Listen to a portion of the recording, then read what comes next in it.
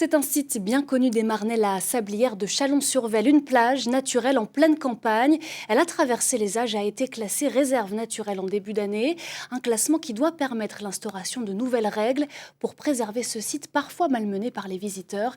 Perrine Kettels avec Paul-Antoine Boudet. Une oreille attentive pourrait presque percevoir le bruissement des vagues.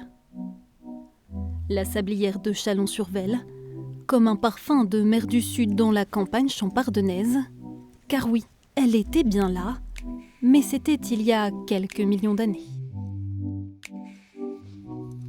Non seulement on peut dire qu'avant il y avait la mer, mais on est capable aussi de dire que c'était une mer très peu profonde, qui devenait une plage avec des arbres, et ensuite qui devenait une dune de milieu continental. Une flore diverse, plus de 200 espèces de bords de mer, la plupart inconnues dans le reste de la Champagne-Ardenne. Une richesse désormais reconnue. En février, la Sablière est devenue réserve naturelle.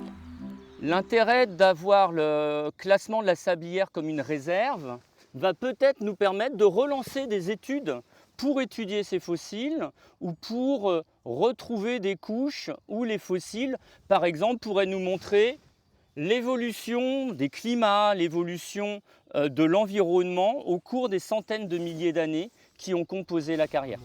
Mieux étudier, mais aussi mieux protéger ce milieu fragile. Quand on arrive ici, on a vraiment l'impression de voir des roches résistantes qu'on peut escalader, etc.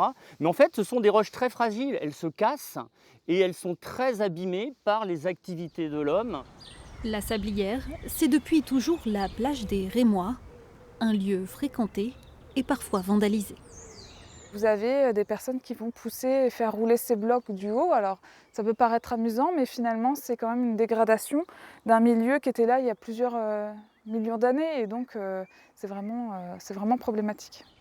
Pas question de mettre le site sous cloche, mais de nouvelles règles entreront bientôt en vigueur.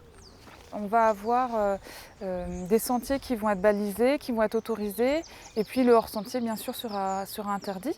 Il y a une réglementation aussi pour les chiens. Les chiens peuvent venir mais tenus en laisse.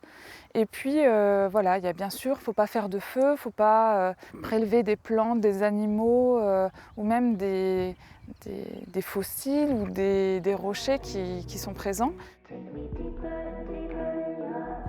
Des règles simples pour faire perdurer le site, pourquoi pas pour quelques milliers d'années encore.